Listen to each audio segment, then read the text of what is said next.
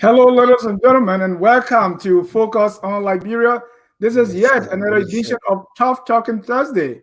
My name is Dennis Jai, and we are broadcasting from Atlanta, Georgia. Our topic tonight will be looking at the presumed or the presumptive three front runners in the 2023 elections. That is President George Weah, Mr. Alexander Benedict Cummings, and Mr. Joseph Newman Boakai. My guests are three persons representing or who are supporters of these presumptive four front runners. Representing President George Weah is our chief political analyst, Mr. Wilmot Wetty Cooney. Mr. Cooney, welcome to Focus on Liberia.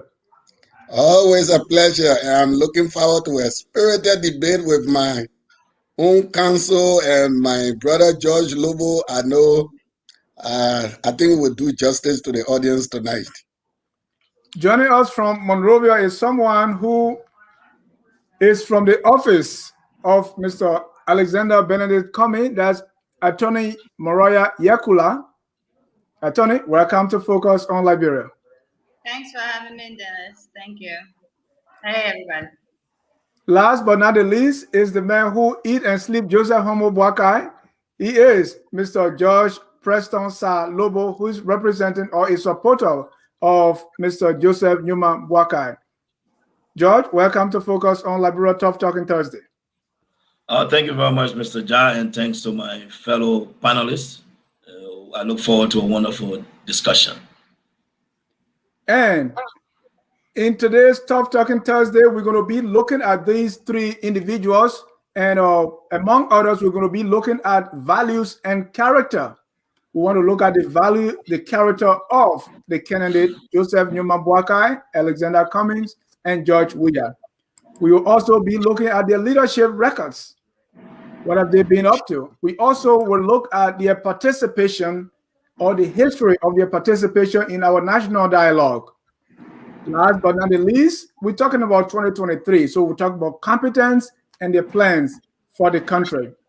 I will give you the opportunity now, starting with Mariah, who's first time joining us on Focus on Liberia.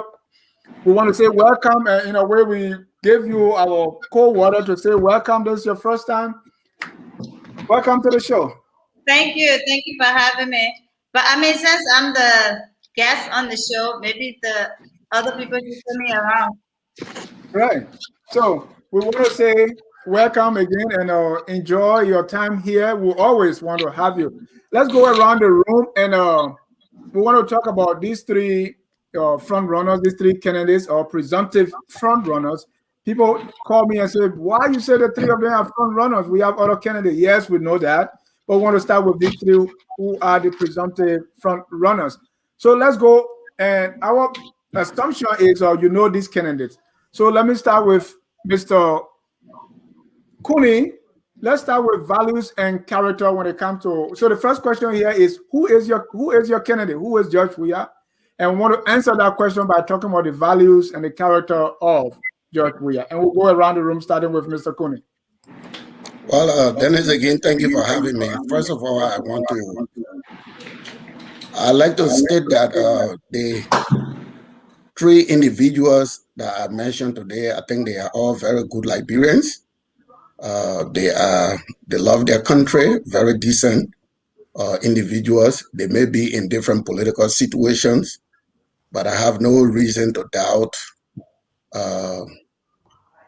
their sense of love for Liberia and what they plan to do for Liberia. But in terms of value or in terms of character, when it comes to, I'm going to talk about George Weah.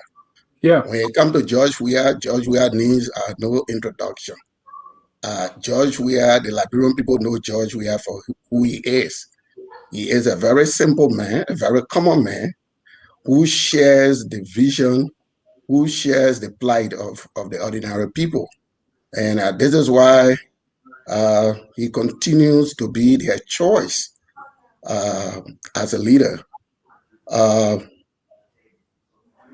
in terms of his character, that can be seen all over the place. The question is, during Liberia dark days, what was the only light shining for Liberia? For those of us that saw the horrors of that civil war, the only light shining for Liberia at that time was George Weah. And he used that time to the best of his ability to promote everything Liberia, whether it was a support for the national soccer team, carrying a country that is not even a football playing nation, carrying that country within one game shy of participation in the prestigious FIFA International World Cup. So this is the man we're talking about. And then as the Liberian people they know their leader. The people know their leader. The people always know their leader. He's a very simple man. He's not confrontational. He's very peaceful. He has not participated in any of the activities that have brought destruction to the country. And he has so proudly flown the flag of Liberia. And the Liberian people, they've noticed that, and this is why they continue to reward him, with various electoral victories, be it running as senator, and now he's president of the Republic of Liberia. And from what he's doing, I have no doubt that the Liberian people come 2023, they will see George Weah, they will see themselves in George Weah again, and re-elect him as president of the Republic. Thank you. And just to remind our panelists, you have 2 minutes every time you have the time to speak. I was not keeping time, so you can use just be very considerate when you're answering the question so that we can be within that 2 minutes time. Let me go to Mariah. Who is Alexander Cummings, and specifically about values and character as an intro? Thank you. Well, Alexander Cummings is a simple man. He's a very kind person, very giving, very humble. He's very funny. A lot of people don't get that side of him. He likes teasing people. He's a man of principles. He does not compromise his principles. What is right is right. What is wrong is wrong. Be it his friends, colleagues, family, staff, he tells you when you're wrong, when you're against his principles. He doesn't compromise on those. He's a very hard worker. I don't think I've met anyone who works as hard as he does. He works for hours in the day, up to 11, 12, midnight, if it calls for it. He's on the road in the southeast, out of Maserati all the time. Barely sleeps, because when he's focused on a goal, on the mission, he wants to accomplish that. He works very hard. I think sometimes he wants me dry, and I'm like, Chief, I'm tired, right? But that's who he is, because for him, it's more about productivity. He is a unifier. It doesn't matter to him what tribe you are, what party you're from, what county you're from, what religion you're from. He works with everybody. He encourages talent. Once you're capable and able to do a piece of job, he will get you on board. He will work with you.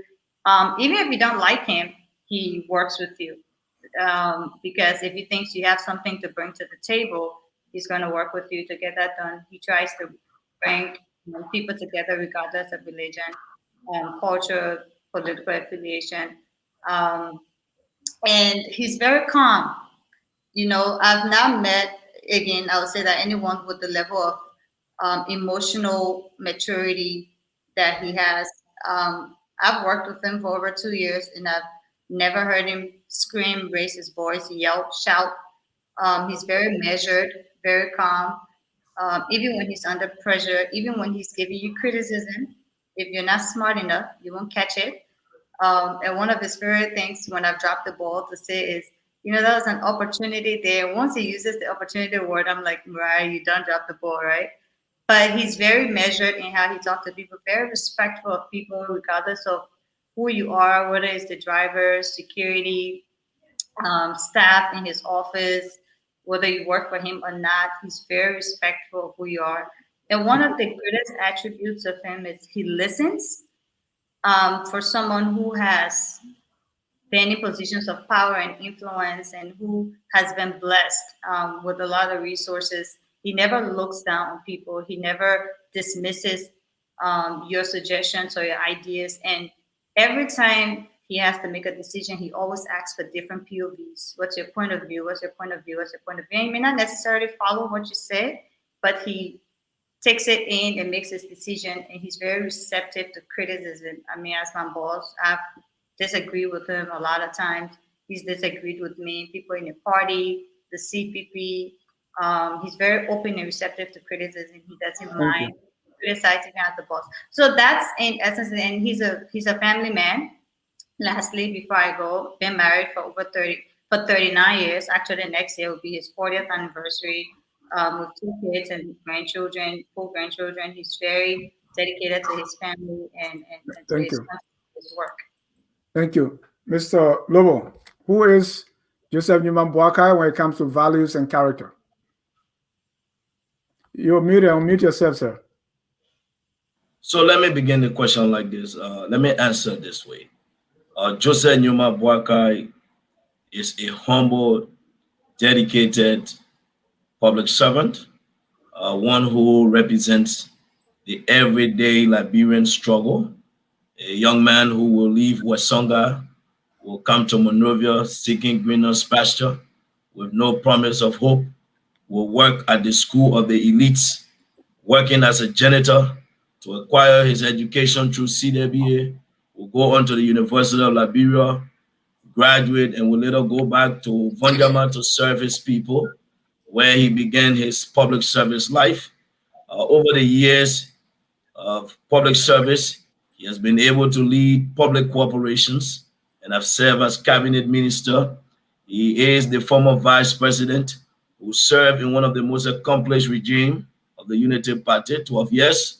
Not only that, he has served in other capacity. He is a decent statesman, a family man, a mentor to many of us, a father figure, the political leader of the Unity Party. In terms of what he brings to the table, value. This is one humble public servant, a man who has served 25 years in public service, with not one single corruption allegation leveled against him. This is one of the finest public servants we have. This is a man who have given a lot to his country. At LPMC, LPRC, the Ministry of Agriculture and Vice President. He has represented Liberia at the highest level on the diplomatic stage, from the African China Summit to addressing the United Nations General Assembly. But overall, he continues to steer these affairs of the Great Unity Party, and he is our standard bearer, one who, in which we believe, will be Liberia's next president. That is Ambassador Joseph Newman Boakai, and that is what he brings to the table. He brings character, integrity, credibility, good judgment, and humbleness to the presidency, something Liberia needs. Let's go to leadership. Mr.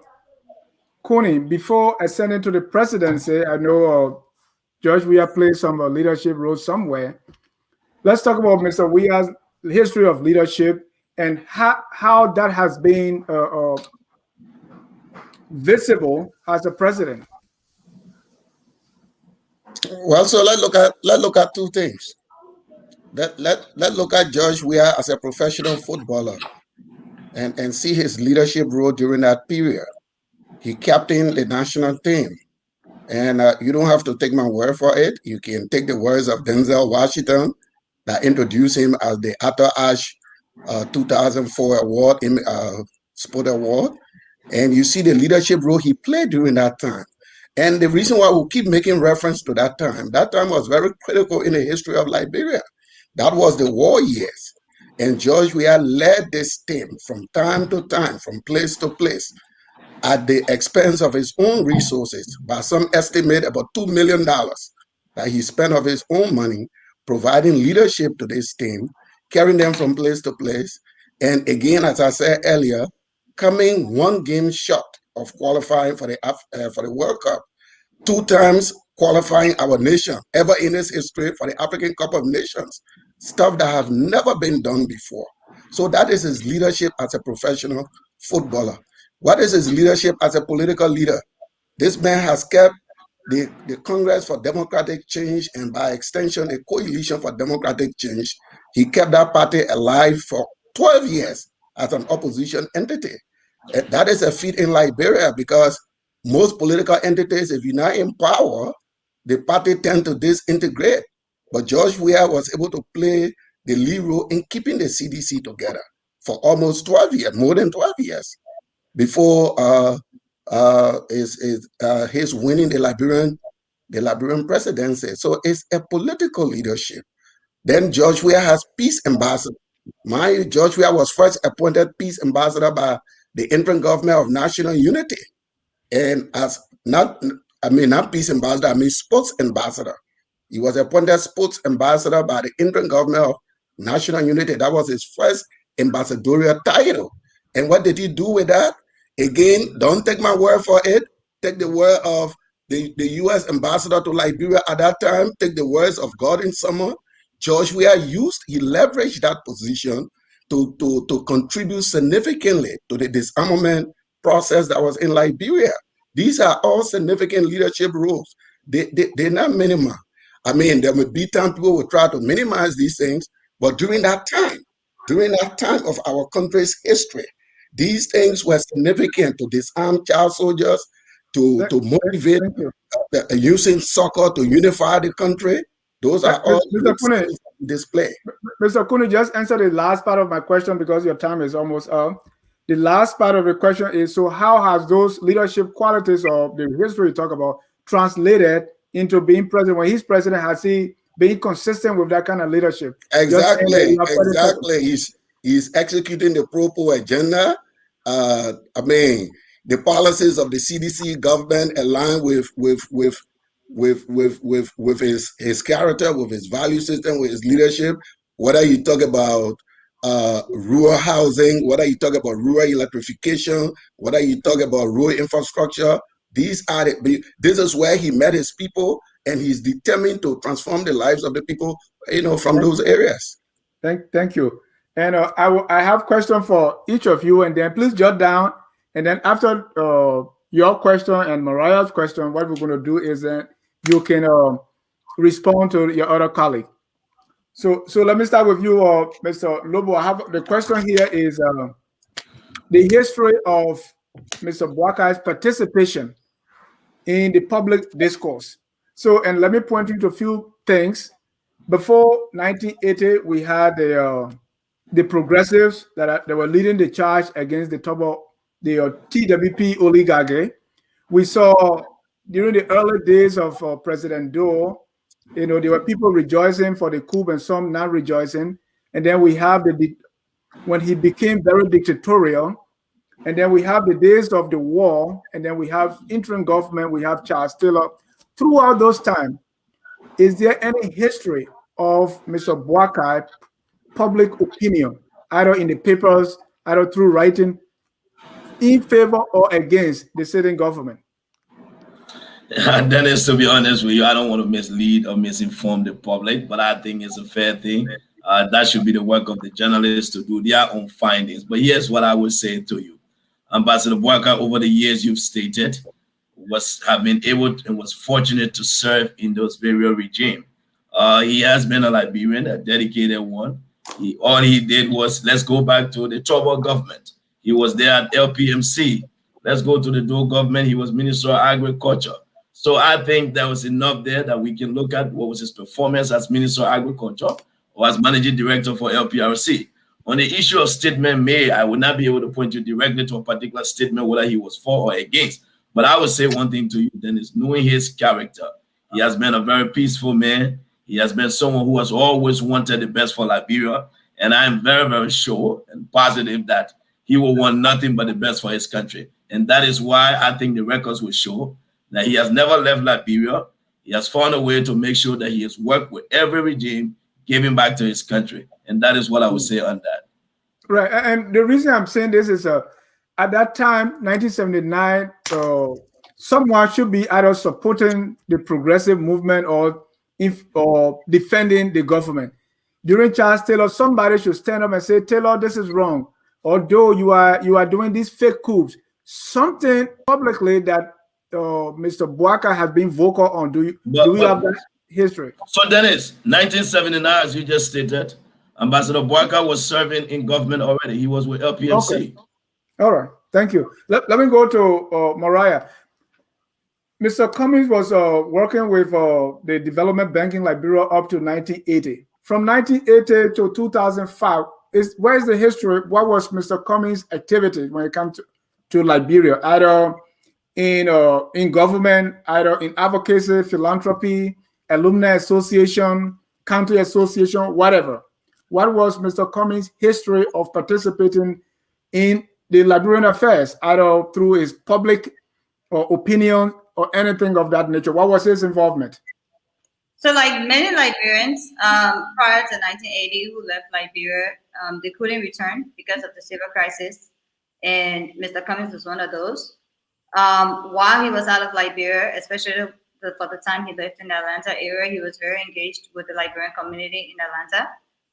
At one point, former Vice President Boakai visited Atlanta, and he was part of that occasion with them at the hall in Atlanta. So he's been very engaged with the Liberian community outside of Liberia in Atlanta. But because at the time he was a young man who had gone to graduate school and could not return. Now, mind you, when Mr. Cummings left demonstration school, went to CW and then Cuttington, graduated from the US, he went back to Liberia and worked at LBDI, like you mentioned, the Development Bank.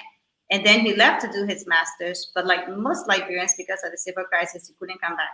So during that time in the US, his focus was on working in corporate America, especially, I mean, we have similar thing with President Weah, who had left Liberia for a long period of time working in sports and playing football and making a name for himself in Liberia. Mr. Cummings similarly was doing that in corporate America. He was as young as 36 years old. He was a senior vice president, one of the directors at Pillsbury, which is an international food branding company. A lot of people hear about Coca-Cola all the time, but he actually started his career at Pillsbury, which has over $1 billion budget and in over 56 countries around the world. And he worked his way up in those companies. Now, mind you, these were not his parents' companies. He didn't know anybody there. He worked hard. His integrity, credibility, hard work led him to go into that extent. And after he left Pillsbury, he then started work at Coca-Cola and started as deputy manager for Coca-Cola Africa in Nigeria, where he was assigned. Again, because of his hard work, he was promoted as president and chief operating officer of Coca-Cola Africa. Now, this is Coca-Cola Group Africa for the entire Africa. While he was there, because again of his dedication to not just Liberia, but the African society as a whole, he helped found the Coca-Cola Foundation to address the issue of HIV and AIDS, which was really raging around that time in the early 90s. Today, the Coca-Cola Foundation is one of the largest foundations in the world, giving support to education, health, that they maintain and sustain even after Mr. Cummings has left. Based on his performance at Coca-Cola Africa, he was promoted as the Senior Vice President for Administration at Coca-Cola Global. Now, this is a multi-$20 billion company in 200 countries around the world, beverages, over 500 different brands of beverages. And he was able to manage this company as the Chief Administrative Officer over the time he spent. So his track record, his productivity also gave him and Liberians that image that, look, you don't have to be, a Caucasian white American to make it in corporate America. And he showed Liberians that this is something that's doable. A young African Liberian boy from the U.S. going to that level in corporate America and making his contribution. So while he was all of that, he was then engaged with the Liberian community. Thank you. And one area I want you to touch on here, because I too, I live here in Atlanta when Mr. Cummings was part of Lama. But I'm talking about prior to that time. I'm talking about from 1980 all the way to 2005 when President Sirleaf became president. The Lama Association, the Lama, I worked with him on the board because he was in charge of our hall. So that was around 2010, 2013. But prior to that time, he graduated from CW. Was he ever part of the CW Alumni Association, the Maryland County Association, or ULA? He was part of the CW Association. As active as he is now, recently he was able to help raise several thousands of dollars for the CW Alumni Association for the school. But also you have to think that he was traveling around. He was living several countries across the world, so it wasn't stable in one country. So he lived in Nigeria, South Africa, the UK, Kenya, I believe, in the US. So because he was moving with his family across the world, so there was not a specific time that he was like stable. But when he became stable in the Atlanta area, then he became more engaged with the Liberian community. Right. There is also a Liberian refugee community in Oru Camp in Nigeria. So I was thinking, no, but let's leave it at that. Let me go to George. If you have any rebuttal or any response to any of the speakers. So, George, you are muted. You are muted, George. Come on. Are you guys hearing me now? I always like to do something myself. Oh, I want to respond to Mr. Cooney. Dennis, I hope that we will use this opportunity to state the facts and nothing but the facts, so that our good Lord, gracious God, will bless us. For Mr. Cooney to sit here today and continue to spill out these talking points of George Weah's leadership and how he spent $2 million, Mr. Cooney is unfortunate. If that leadership that he exhibited on the Lone Star is what we have seen being displayed with the country, then it is pathetic and it is embarrassing. You talk about George Weah representing the Popo. I'm sorry, Mr. Cooney, I think you must be living on one of the 17 continents Mayor Koji spoke about. How can you be a representation of the Popo? In George Weah's first budget was over $17.5 million. Are you serious? How is it a man who represents the Popo broke down his houses to erect mansions?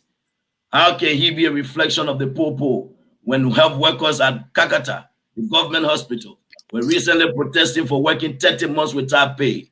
This is unfortunate. And I want to be very clear.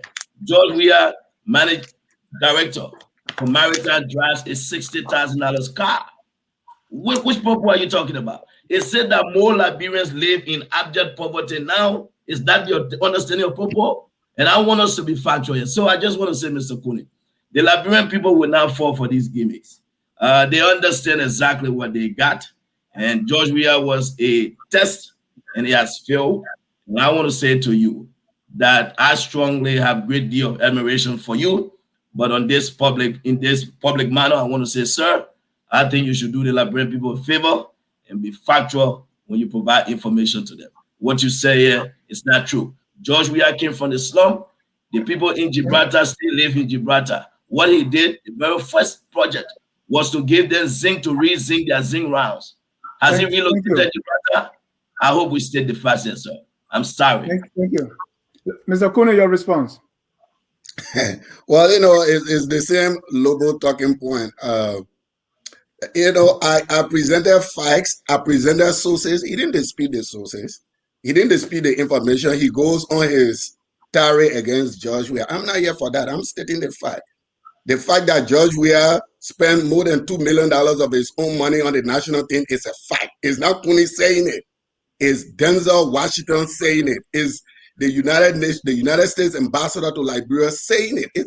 I'm giving you a source, George. FC Award 2004. Listen to it. Don't listen to me.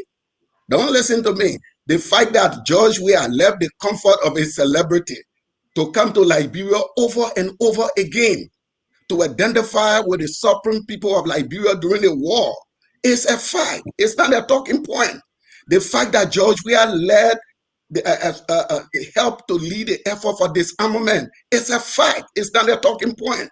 The fact that George Weah called on the Charles Taylor government to stop the violence against the Liberian people that led to the vandalization of his home on 9th Street is a fact. It's not a talking point. His vehicles were seized. These are facts.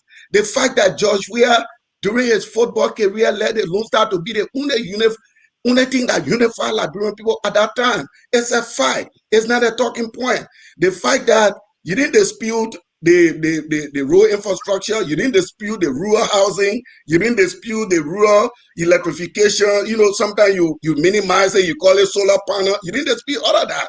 So it is you that is on talking point. I'm not on talking point. I'm on facts. The fact that George Weah over and over left the comfort of his home, his celebrity home, to go to refugee camps. You see, the Liberian people do not forget. They remember him for that. And the fact that George Weah has taken this time to create this experiment of a grassroots governance is something that resonates with the Liberian people. It's not a talking point. It's a fact. Thank you, Mr. Kune. You will have your time to respond to. So let me go to Mariah, your rebuttal or response to any of the speakers. You know, Dennis, I wouldn't say I'm disappointed because I guess it was expected. But when I would say my own Pape Kune ready to talk about facts, maybe he should really talk about the data. When we talk about over 800 babies under the age of 5 likely to die before they reach 5 because our under 5 infant mortality rate has increased under George Weah, that's facts. When we talk about the rates of SGBV and many of our women and girls who are raped with no redress to the justice system, that's facts. The data should be your facts. Now you're talking points. You want to talk about Lobo having talking points. You're the one having talking points. When you talk about George Weah spending $2 million on the national team, where's the data to prove that? That should be facts. We all heard when they talked about George Weah getting refunded for monies that he spent on the national team when he was technical director. So which $2 million did he spend on national team? Why would you sit here and mislead the Liberian people when the very same George Weah as senator told the U.S. courts that he was making $150 so he couldn't support his child? Those are facts. So if you want to talk about facts, then bring the data, bring the proof, bring the receipts. But you will not sit on this show and mislead the Liberian people. You want to talk about facts? Let's talk about George Weah's pro-poor. Yes, I agree with you on one point, though. George Weah is trumping the pro-poor agenda. And you know what that agenda is? To make his officials pro-rich. That's why you have George Weah officials wasting champagnes on their wives' cars. That's why you have George Weah officials building mausoleums for their moms. That's why you have George Weah officials riding the best cars in this country on dilapidated and broken roads. That's why you have George Weah officials living the best life. While the very same people, the Sacramarians, the people who voted for him, are still struggling, are still poor, are still hungry. So let's talk about the facts. Let's talk about the World Bank data. Do you need us to put it up? Because it's online. It's here. We have the records. We have the facts. What facts are you really talking about? You have the comfort of sitting in America and talk about facts because you're not living George Weah's facts. And George Weah facts is making this country poorer than he met it. George Weah facts is making the Liberian people poorer than he met them. So if you want to talk about facts, put out the records, put out the data, but please do not sit on this call. Please do not sit on this show and talk about George Weah spending $200 on team. George Weah was peace ambassador. What did he do? Please, 1 second. How many town halls and Palava Huts meetings did he have? How many issues did he resolve? George Weah had a whole football tournament and festival here as peace ambassador. How did that bring peace to this country? Please do not sit on this show and mislead the Liberian people because we can pull out the receipts fast. Thank you. Okay, can I come in? Sure. No, I don't bring receipts and I give you sources. You can dispute the sources. Hold on, Mariah. Hold on, Mariah. I can give you sources. You can. I mean, you're free to dispute the sources. That's what intellectuals do.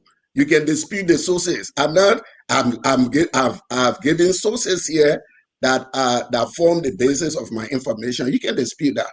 You talk about suffering in Liberia. No. Hold on, Mariah. Let Kuni learn. Look, sometimes the people talk about the condition of our country. I always say, people talk about the condition in Liberia as if to say Liberia was Sweden until George Weah took it over and drove it to a poverty-stricken condition. Look, in 2010, Liberia was a third poorest nation in Africa, only beyond Burundi and the DRC. You talk about fact, that's fact. 2010. Liberia was the third poorest nation in the world. Let us not minimize the challenges of our country. Our country has severe challenges. not the Human Boakai or the Alexander Cummings. Presenting any vision for transforming our country other than the bashing of George Weah. Our country, the rate of population growth in our country is about 2.5.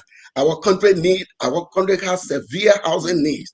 George Weah is trying to address that problem. You may disagree with the method, you may disagree with the impact, but the question is, what is the plan from the opposition? What is the plan from Boakai? What is the plan from Cummings?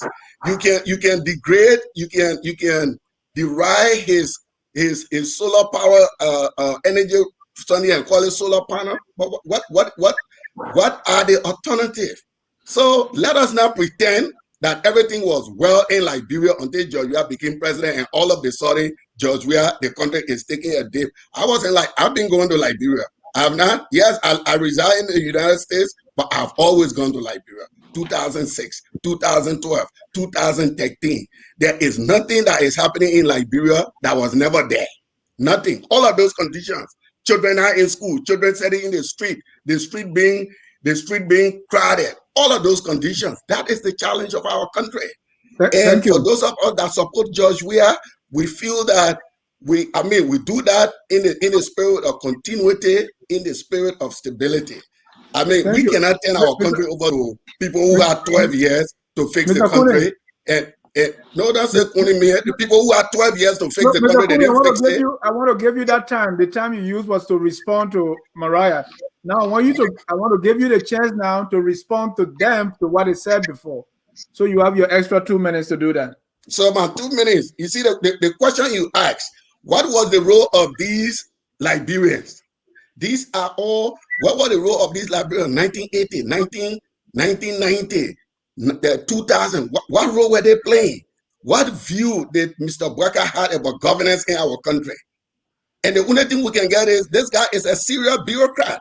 He moved from government to government, never taking a position. That's all he is. He's building these resumes of just taking pay, but not accomplishing anything. You are FPMC. What did FPMC achieve? You are Minister of Agriculture. We stay now feeding ourselves.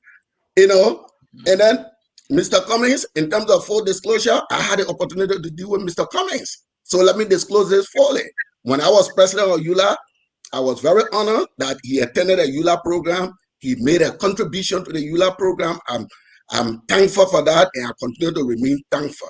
But the question is, what role did Mr. Cummings play prior to his political journey in the diaspora? What role did he play? Liberians were struggling for immigration. We were struggling for dual citizenship. What leadership role did he play on these issues? These are the questions. This is why sometimes they take him to be a stranger. And during the war, what role did Mr. Cummings play? What Liberia did he help during our process? I'm telling you, you said, I'm giving you George Weah talking point. George Weah was always going home. He was always going home. How many times did Mr. Cummings left the comfort of the United States to go see the war-torn people that he wants to lead today? These are the questions the Liberian people are asking. And these are the questions that will make a difference come 2023. Thank you. Mr. Lobo, your response. Real quick, Dennis, I want to be factual when I speak. Mr. Kone, I want you to take your pen and do me a favor. Write down this report number. It's 113720-LR, and this is from the World Bank. You won't tell me anything about Joseph Boakai. But it's unfortunate that you Joseph asked them. Boakai is in no World Bank report, so stop fooling the audience. Joseph Boakai is in no World Bank report. Mr. Kone, let Lobo has his time. Go ahead, Mr. Lobo. I am one very disciplined Liberian. I don't speak when people are speaking because we should not talk together. So you wanted me to give you facts, so I just gave you the report number. We're not going to do this thing here with the CDC. This was a government that came to power based on lies, deception, misinformation. And I would tell you, Mr. Kone, you can lie your way to power, but you can't lie your way to governance. It's not possible. I know you understand that. The reason George Weah is struggling today, the country is retrogressing, is because he thought he could lie his way. 6 years of lies, you will run out of lies. Right now, they ran out of lies. They can't manufacture new ones. And I'm sorry for you. This show is 2 hours. You got a long way. You could run out very soon. So let me help you. On the issue of data, you said 12 years Joseph Boakai was part of a government that did nothing. The report I just gave you makes it very clear. The Unity Party government took the national poverty rate from 68.0% to 50.4% before George Weah came into office. By 2019, the national poverty rate was at 55.5%. So when you speak of someone who's making the people's life better, I told you you live on one of those 17 continents, and has been fair on that. Let me make something clear. Since you want us to use sources, let's go back to 2010, 2011. Not 2010, but 2003, 2002. Nyankwe Bosse, former LFA Secretary General, who told the Liberian people that every dime spent by George Weah, he was reimbursed. In 2005, our qualifying during the Cup of Nations, President Charles Taylor made Liberia one of the highest paid teams. In 2002, Mali Bamako, Korea, Japan qualifier. It was not out of George Weah's pocket. Mr. Kone, I want us to be fair here today. President George Weah then had his relatives in Ghana. He went there and hung out with his friends. Do you have any history of George Weah going in refugee camps where he took distributions? Because I live in Danane, I was fortunate to live in Guinea. There is no history of it. I would say, Pap, let's be factual here today. Do yourself a favor. You can't laugh for 6 years. So can everybody? Thank you. No, I want Mariah to respond to you before. So go ahead, Mariah. Why you rebut the both of us together? No, I mean, it's just unfortunate that, the Omer will sit on this show and just do what he's doing, because at the end of the day, this isn't about Josh Weah, Alexander Cummings, or Joseph Boakai. This is about Liberia. This is about our children and our children's future. So we're not going to play this game. You sat here and just talked about Ellis Cummings affiliating with ULI and contributing to Liberians in the U.S. and you still say he didn't do anything for Liberians during that period. You expected him to come to Liberia during the war years to do something because, Weah was coming to play football and hang up with his people, and as part of the UN sports ambassadorship, he had to be in Liberia. I bet if Weah was not sports ambassador during this period, he would not have stepped in Liberia. So you making it seem like because Weah was in Liberia, was sports ambassador, so Cummings or whoever needed to have come to Liberia, even though Cummings was helping people in the U.S., are they not Liberians? The members of ULI, they're not Liberians. Diaspora Liberians are not Liberians. So if he was helping people with whether it was tuition or education or health or other things that he helped individuals Liberians with, he should come and publicize it. That's not the man he is. Even now, as a political figure, Mr. Cummings barely talks about the things that he does for people. We sometimes have to tell him, Chief, you have to talk about this. And we've gotten to the point where he says, when it comes to individuals, no, we're not talking about what we do for individuals. Maybe institutions, we can do it because people have been asking what is coming to, what is coming to. But at the end of the day, he's not going to come and tell you what he did for individual Liberians in the diaspora, but they know, and they know themselves, and that's why they're receptive. Mr. Cummings has the highest support from Liberian diaspora because they know and understand what he did for them individually and what he did for them as a community. You've attested to it. So for you to sit here and talk about the fact that he didn't travel to Liberia immediately after the war, 2004, 2005, Mr. Cummings was a constant visitor here to Liberia all the time he was here. That's how even his friendship with Ambassador Boakai got really thick, because he used to come all the time and see Vice President Boakai, to the point that Ambassador Boakai even gowned him at some point in his office, appreciating for the work he was doing while he was coming to Liberia. So it's not everything that people, Weah was a celebrity. So even if he goes to drink water, it will be publicized. That's not what we're talking about. And let's not forget, though, that Weah has been rewarded more than enough by the Liberian people for what he perceived or he's perceived to have done for them. More than enough. This is a man who came to power with nothing, basically. Nothing. And we can say he came to nothing. Wait, please, 1 second. We can say he came to nothing because he publicly said he was making so little of a money that he couldn't even take care of his kid or pay his child support. So he came to power, and in less than 3 months, he's building mansions in Jamaica resorts and 46 units. And you want to sit here and talk about Weah doing what for Liberian people? Liberian people don't show up for Weah. It's enough. Enough is enough. Good. Thank you for everything you did. We rewarded you. It's time to pack your bags 2023 and exit. Talking about 2023, we have Mr. Joseph Newman Boakai, Mr. Alexander Cummings, and obviously Mr. George Weah, who will be contesting. Let's talk about their competence for the job and also their plan. Before we go to competence, No, we gotta go. But Dennis, you can't get two people double team me and I can't say No, anything, then we gotta go. No, you spoke first. You all spoke right. two times when I spoke. You Not spoke. always you. You spoke So more let's go than I to did. their plans for the country and their competence. And if you want to use that time to fight off what you perceive as double team, you can do that. So The CCP the double plans, team. the plans for the country and the competence of the person you are supporting. And we're going to start with Mariah on this one to talk about Mr. Cummings. But we want to remind our listeners that you are watching Focus on Liberia, and our program is Tough Talking Thursday. This is the time we talk tough. So, talking about plans, talking about competence, fitness for the job, let's be tough here. Mariah. Thank you. So, competence. One of the things that Liberians will tell you if you talk to them, oh, Mr. Cummings, got the numbers, but he's competent, he can do the job. That's without question. Mr. Cummings is competent. He has a history of productivity. He has a history of producing results for large, complex, multi-billion-dollar companies he's worked for and excelled at. So when it comes to competence, there's no question about it. Mr. Cummings is one who does not settle for mediocrity. He's very big on being productive. Even at the office, he's not so much big on office hours as he is on productivity. You have a piece of work to do, you want to work from home, okay, sure, but just make sure you complete your tasks and you do what you need to do, what needs to be done. And that's who he is, big on productivity. And that's because he's high on merits, he's high on excellence and not mediocrity, hard work, and that's without saying. In terms of his vision for Liberia, at some point, and today he gave a speech for the 26th, which will be played over and over coming up. And one of the things he said that struck a chord was, we've lost our way as Liberians. 147 years after the Declaration of Independence, we've lost our way. But we can still find our way. We can find a new way of doing things and getting back on track. And part of his vision is to ensure that we find our way. We find a new way of doing things, because he always says we can keep doing the same things over and over and expect different results.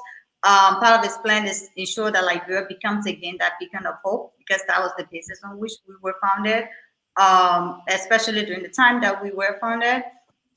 He's very big on the issue of hearts and minds as part of helping us to get back to where we need to be. Of course, there's his vision in education and health and infrastructure. And infrastructure includes, of course, roads, internet connectivity, technology, but more so minds, hearts and minds. And it's important to him because under hearts and minds, you talk about sports, you talk about religion, you talk about arts and culture. Those are things that make people feel united, feel together.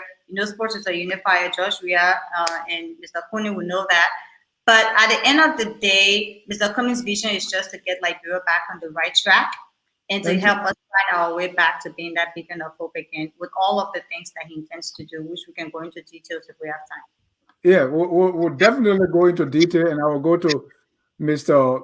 Lobo and then Mr. Cooney. But before that, we're going to take a short break and be right back. At Focus on Liberia, we discuss everything Liberia, from education to politics, arts and culture, entertainment, agriculture, history, religion, family, and technology. Focus on Liberia uncovers and showcases the best of Liberia and shows the world the truth about Liberia. We educate, elevate, and promote all things Liberia. We conduct interviews, panel discussions, debates, and more. Tune in to Focus on Liberia on Facebook and YouTube and be a part of the stories that make up the news. This is Focus on Liberia, and I am Dennis Jah. Thank you and welcome back to Focus on Liberia. This is Tough Talking Thursday. Let me hear from Mr. Lobo about Mr. Boakai's competence, and in this case, what is he going to do for the country this time around? He was there before as vice president. So Mr. Jah, thank you for that question. I think every single Liberian will tell you, one will never extend to the vice presidency if you are not competent. Not only the vice president, former Vice President Boakai, as a dedicated public servant, served as managing director of LPMC, first Liberian managing director of LPRC, and the Minister of Agriculture. I think on the issue of competence, that will speak for itself. Let's fast forward to his plans for Liberia. Ambassador Boakai has been very clear on the record. Recently, he made it clear and spoke of arts, where we talk about agriculture, roads, tourism, and sanitation. Mr. Ja, it is true, Liberia, anyone inheriting Liberia after George Weah will be inheriting enormous amount of mess. But again, we can't overpromise the Liberian people. We have to be realistic with our goal, because the management for goals to be achieved, they must be measured, they must be realistic. We can sit and say we'll do everything when we take power, but we have to have a plan. And what Ambassador Boakai have said very clear is Liberia needs leadership. And what we have seen is from someone with the integrity, the good judgment, the character that which Ambassador Boakai brings to the presidency. On the issue of our plans, when we talk about agriculture, roads, tourism, and sanitation, what are the major problems confronting the country? We understand that Mr. Cummings said we can't feed ourselves. True. Liberia is a country we have not invested heavily in agriculture. So this is why on his plans, agriculture is the first letter when it comes to ARTS. We want to make sure that we can invest this time around to be self-reliant, especially for someone who has served as Minister of Agriculture and LPRC Managing Director.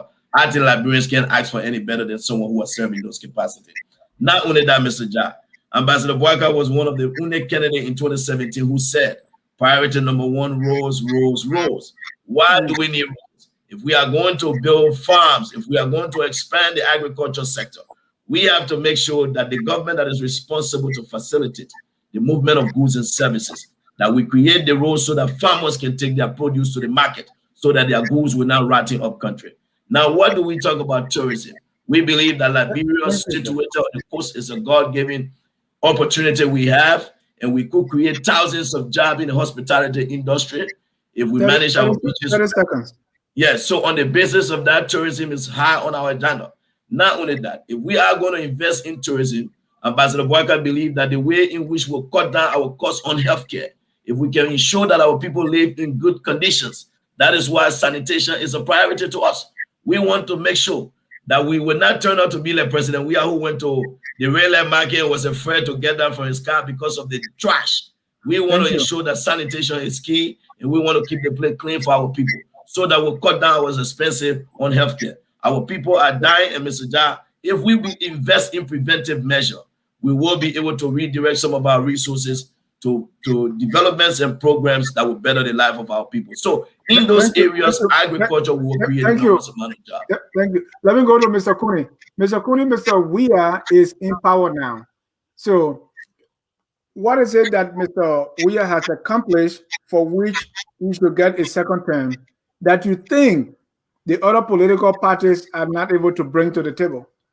Okay, so quickly, with only platform, so I just wanted to make a few clarifications before I answer that question. Our responses to question here are based on how the questions are posed. The question was, what has this person done before this period? And I did say that I still remain grateful to Mr. Cummings for his participation into ULA's activities in 2016. The question was, what has he done in the diaspora prior to that time? And I was saying, I'm not even talking about personal contribution. I'm talking about issue advocacy in the diaspora. What has faced Liberia in the diaspora here? Immigration and then the dual citizenship. These are not talking about personal assistance. So I just wanted to get that clear. The other point my brother here made about some LFA chairman confirming that Joe Weah got a pay. I don't think he even deserves any comment. LFA chairman ain't no fiscal official of the Republic of Liberia to confirm who get paid and who not get paid. But let's go to the question you posed.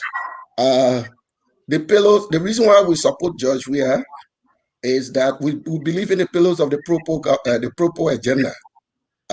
We know there are significant challenges, but that agenda remains valid. And George Weah is one of the politicians in recent time that has shown the ability to incorporate ideas, from other people that may not even be his ideas. We didn't come on this platform to say the alien government didn't do anything. No one has made that statement. So sometimes we got to put a statement in context. I credit the alien government for drawing up plans for some of the institutions they set up. The certain areas of productivity is what we question. What George Weah has been able to do is to incorporate plans that are very good for Liberia from the past administration that he has incorporated into the Pro agenda, and some of the plans that he's currently implementing. I mean, if you talk about an inclusive government, what can you ask for? Somebody is inclusive by including the views of other people, even now of his own party. This is the reason why we are supporting the re-election of George Weah, because we believe in continuity. You see, the intelligentsia, they got a way of knowing too much. And because they know too much, they have a way of bringing this disruption of things. Since it is not of them, they disrupt them. But here we see a continuation of ideas. If you read the Pro agenda, it has most of the pillars compared with the poverty reduction strategy. They are very similar. So we believe in our continuity. So in terms of what George Weah is doing, for which the Liberian people will like him, again, I said, you look at the issue of, look, for a very long time in the history of our country, when people talk about low-cost housing, where has it been restricted? Montserrat County. This is the first time in the history of Liberia, low-cost housing is going around the country. We may not like the volume, we may not like the numbers, but just the idea that affordable housing should be built in other areas of Liberia other than Montserrat County is something that people appreciate. Just the idea that electricity, whether it's from solar, whether it's from fuel, should be in other parts of the country. That is something that people appreciate. The idea that roads should be constructed to connect communities, that make traveling easier. That is something that people appreciate. You talk about the rail market. Joseph Boakai was. Mr. Kone, I have to mute you. Mr. Kone, I have to mute you. Thank you. Thank you. All right. Mr. Kone, you still talking and you're muted. All right. Mr. Lobo, a question for you. Before you go against, before Mr. Boakai go against Mr. Weah, he has to cross Mr. Cummings or someone in the CPP. Mr. Joseph Numa Boakai has stated that he is the only person in the CPP that is going to take down George Weah. Where does that leave Mr. Cummings? Mr. Jad, that's a brilliant question. The very first thing what we have done is that we form part of a collaboration that have presented Liberians with options, great candidates, great people, that any one of them who emerges as the standard bearer, Liberians can be assured of a good president. That's not what Mr. Boakai said. Let me answer the question. You asked me and I'm answering. I know. I want to put you back on track. So I know what you want and I'll give it to you. So while it is true, we are not in a merger. There are 4 political independent parties. Ambassador Joseph Numa Boakai is the standard bearer of the Unity Party. And the goal of any political party is to organize or participate in an election and win an election. So as our standard bearer, that is the job he's seeking. So he has to make the case that he's the most competent, qualified candidate to take on George Weah. And I don't see anything wrong with that. Like, I also appreciate Mr. Cummings when he say he's one prepared for the job. I think it's a good thing. The Liberians will decide. We all want the presidency or in CPP, but the CPP will decide which ticket would be best to defeat George Weah. So on the issue of where does that leave Mr. Cummings, there's nowhere. Mr. Cummings is still a competent candidate, and the CPP delegates or our group, depending on our framework, will decide that. But again, I want to be very clear here. We from the Unity Party, we maintain that Ambassador Boakai, the former vice president, former managing director of LPMC and LPRC, Minister of Agriculture, is the best dedicated public servant to take down George Weah in the first round and beat him flat. And that is our argument, and I stand by that. So I support his stand on that. And as a follow-up, what makes Mr. Boakai more qualified or better? What does he bring that Mr. Cummings doesn't have that make him a better candidate to defeat President Weah in 2023? So Mr. John, I think it's a great question because you've listened to Mariah, who clearly, brilliantly articulated Mr. Cummings' attributes and his contribution to Liberia and his work experience, like I did for Ambassador Boakai. Ambassador Boakai worked at LPMC, worked at LPRC, was Minister of Agriculture, and have served as Vice President. He has been in public service. So we are arguing that based on his public service record, that makes him the most qualified candidate because the presidency. So that's our position, and that is not something we shy away from saying. That does not mean that someone from the corporate world cannot be president. That's not our argument. Our argument is that Ambassador Boakai, with his experience and dedication to public service, 25 years, we strongly believe that that's our choice and that's our argument. Thank you. Mariah, I had the opportunity to interview Mr. Cummings on that exact question, and he said that was not true. I interviewed Mr. Cummings and I asked that Mr. Boakai said he's the only one in the CPP to take down President Weah, and he said that was not true. What is Mr. Cummings' advantage over Mr. Boakai that you believe that he's going to be the better candidate to defeat President Weah? Well, I think it's simple. My colleague has said, the CPP is giving the Liberian people alternatives. And I think that's a great thing, because part of why I do work with Mr. Cummings is to present an alternative to this Weah's government. And it's important that the Liberian people understand and know and analyze the alternatives they have and choose the best alternative. And in my opinion, I think Mr. Cummings is the best alternative. Now, Mr. Cummings, people say he's never had a government job. And that's because he's never been handpicked for any position, whether it's elected or appointed. Most people who work in government have been handpicked out of political association, political compromise, political accommodation, not necessarily because of qualifications. I mean, we see it today in Weah's government. We saw it in Madame's government. People handpick people for different reasons, whether it's because they have some kind of constituents or they have some kind of tribal affiliation, or they come from some part of the county, or they're in the party. And those things never gave you productivity.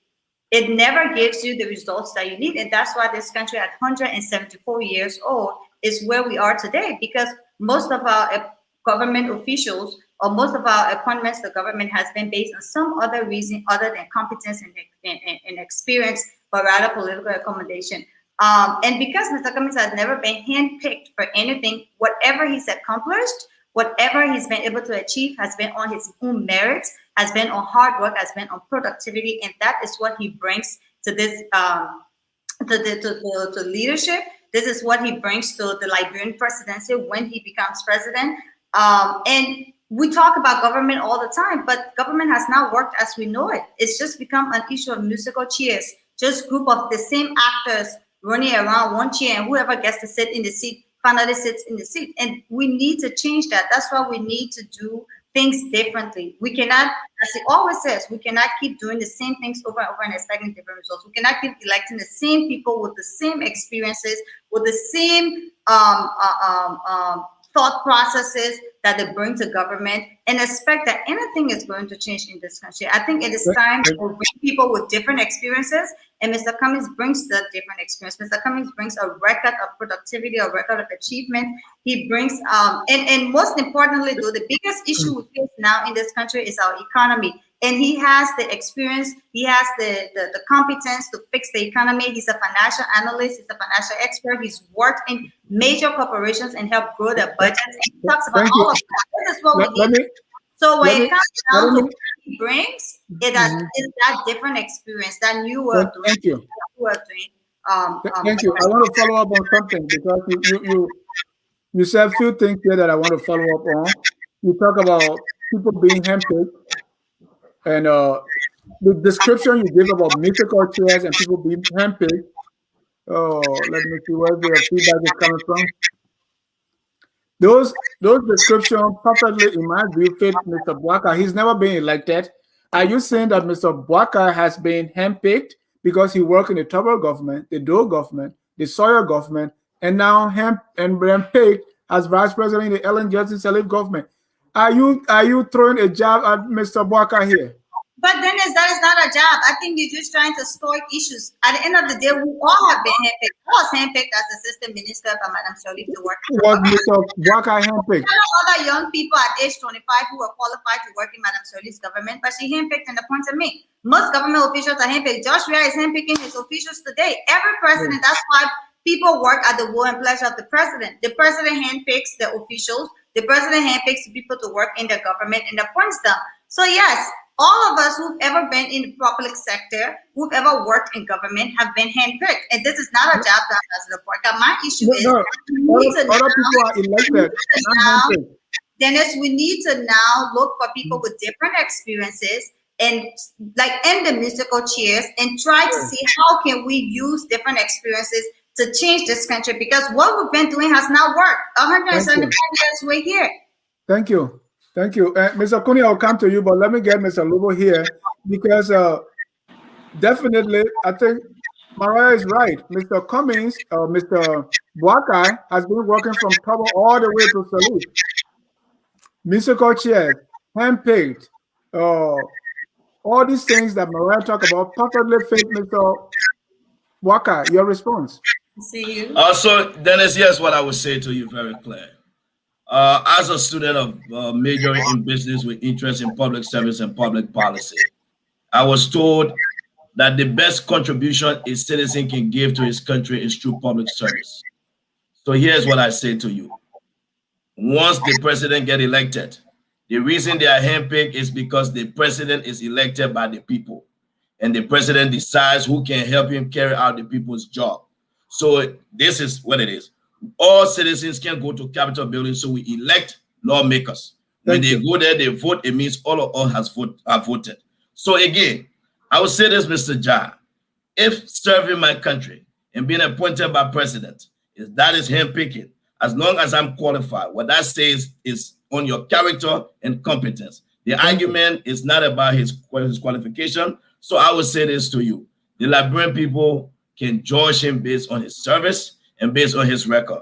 In a country with more than 4 million people, for you to serve in those capacities, it speaks to your qualification, your integrity, your character, and your ability to do what is best for your country. And Ambassador Boakai, he is a proud. And let me say one thing very clear. No, let me say this quick. The chairman of the ANC, the former chairman of the ANC, I don't know if he's still chairman, or Lavia Gu, was on Spoon Talk once. And he said, and I quote, that Joseph Nyuma Boakai have earned his stripes. He deserved the Liberian flag. And I think coming from such a man from the ANC, we are proud of Ambassador Boakai's record, and that is why I would say, and any given day, public service, we should embrace them. In America, Dennis, you know, they say thanks for your service. It is because of your contribution to your country. Ambassador Boakai is very proud of that. Thank you. Hold on, Mara. Let me go to Mr. Kuni. Hold your thought. Can I have 1 minute? I wanted to say something to Mr. Kuni, but then I think I ran out of my time. And it was just, he said something that's very important because it ties into the whole belief from the CPP that, not the CPP, the CDC, that education is not important. He spoke about how the intelligentsia act like they know too much, and so they do what, and I think it's important I would say that because, you know, I know a lot of young people. You have 30 seconds. You have to bring Mr. Kuni in. Just 30 seconds. A lot of young people are watching and they have to understand the importance of education and how it ties into governance. Mr. Kuni wants us to believe that people who are not educated, have not acquired any kind of knowledge, can lead this country effectively. We have the records today. At the end of the day, there is no substitute for knowledge. We've seen what it means to give a country, to give a city like Monrovia to someone who has not even completed college. And we know the damage it does to our governance system and how it undermines productivity. So please, Mr. Kuni, when you come on this show and in public and say that the intelligentsia have destroyed the country or education is not important, please understand the message you're sending to our young people. 65% of Liberians are under the age of 35. That means we need that generation to be educated enough, experienced enough, competent enough to lead this country in a new direction. So let's not use that kind of language, please. Thank you. Mr. Kuni, I know you have a lot to respond to, but I have a question for you. My question is, and I'm not trying to play Katie Curry on you, President Weah here, but what are some of the books? Can I just respond to some of these charges before you ask your question? Yeah, no. Let me ask my question, and then you can respond to the charges and put the question on top of that. My question is, what are some of the books, the magazines, or that President Weah reads that inform that give him his worldview or inform his public policy agenda? You know, what are some of the podcasts he listened to? What are some of the things that he read that would tell us that, okay, this is what he's thinking, or this is the person that he's trying to copy, or these are the things that are informing his public policy agenda? Okay, so let me go to that point. My fellow panelists keep reminding me that we're on a public platform. But, you know, interestingly, they take a free hand to either twist what I said or interpret what I didn't say. And even if you go in their own presentation, we're all saying the same thing. Mariah said, we've been playing the musical chairs for 174 years. It's basically the same thing as, look, the intelligentsia has been ruling our country for all that time, and we still have this problem. Nowhere and at no time have I denigrated education. I'm educated. Why would I denigrate education? Why will you interpret the statement to be that way?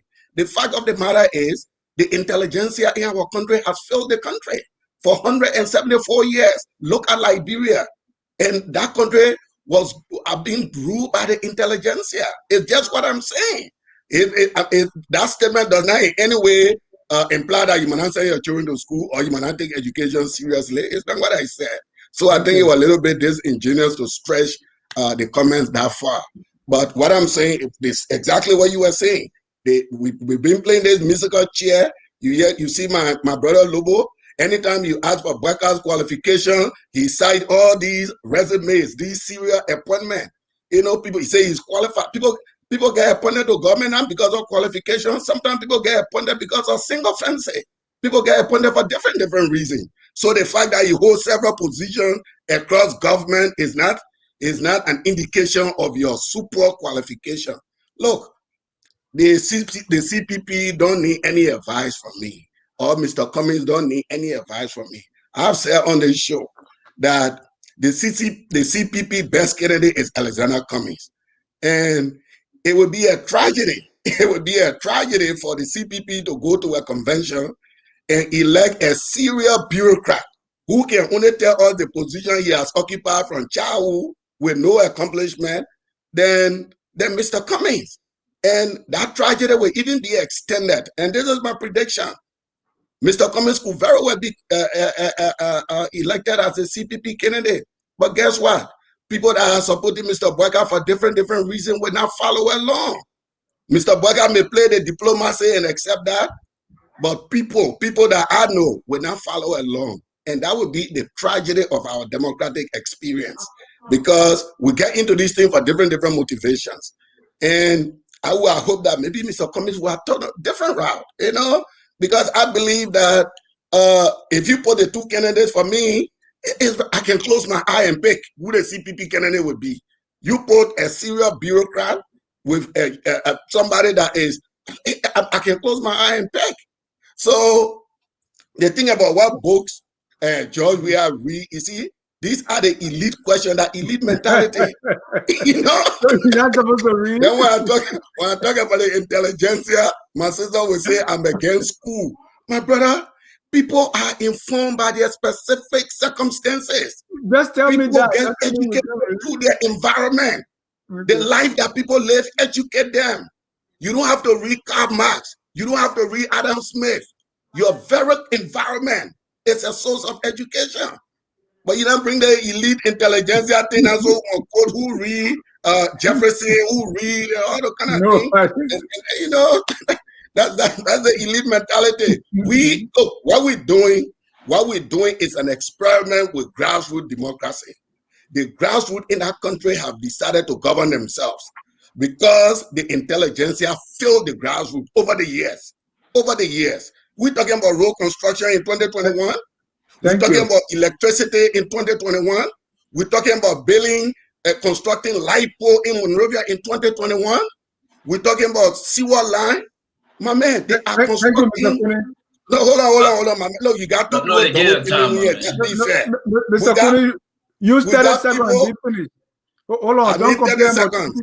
Can I get my 30 seconds? Can I get my 30 seconds? 30 seconds. The fact that in this 21st century, when people are constructing pipelines 2,000 miles apart, and in Liberia, we cannot even install a simple sewage line in our country, points to the bad leadership that our country has suffered in the hands of the intelligentsia. And what you see in Georgia is grassroots revolt. Thank you. Grassroots revolt. That's what you're saying. And we intend to continue that revolt. Thank you, Mr. Cummings. Thank you. But I just want to remind you that even before I host this show, I have to read. I have to listen to the comments. So I don't know what makes reading something for intelligentsia or elite mentality, but I've been reading and I will keep reading. But the fact that you're reading and other people don't read, that means you don't have a point of view. No, I didn't say that. I just I didn't say that. I just asked you what is he reading. And that the elite interpretation, since you read and the other person don't read, so you don't have a valid point of view. That's the implication of your question. Are you implying that George Weah does not read? Is that the implication? No, I'm telling you that reading is not the only source of education. That's what I'm telling you. I did not say that. I only asked you what is he reading, and you are implying that I'm saying he's not reading. But anyway, let's leave it. No, I'm not implying that. Again, we're on this platform. I'm not implying that. I'm saying people get educated through various means. And for we the elite is reading books. For other people, my mother and other people who don't go to school, they get educated different ways. All right. All right, thank you. Let me bring in some views from our audience here. This first one is from Robert Glickman Gagwa Jr. Both of you guys talking about Lobo and Mariah are holding back because you are in collaboration. Don't tell us your guy is the best option. Tell us how and why. What separate Cummings from GNB as far as leadership and accomplishment, results, etc. Lobo, you want to take that? I would love to do that, but let me be very clear here. I want to say something. I wanted to respond to Mr. Kone real quick on something here. Mr. Kone continued to talk about the intelligentsia class have failed the country and talk about sewage. I think it would be dishonest to say that Liberia prior to the war has sewage and drainage problem. That is unfair. The war destroyed a lot of things, and that is what happens when a country goes to war. Infrastructure gets destroyed. Let me proceed here on something very clear. Mr. Kone, I want to advise my ANC friends not to listen to you. You will be the worst thing to listen to because you are not doing them any favor. You've told the Liberian people that you believe George Weah will win the election. But then you come back and tell the Liberian people that you want Mr. Cummings to run against the man who you believe will win.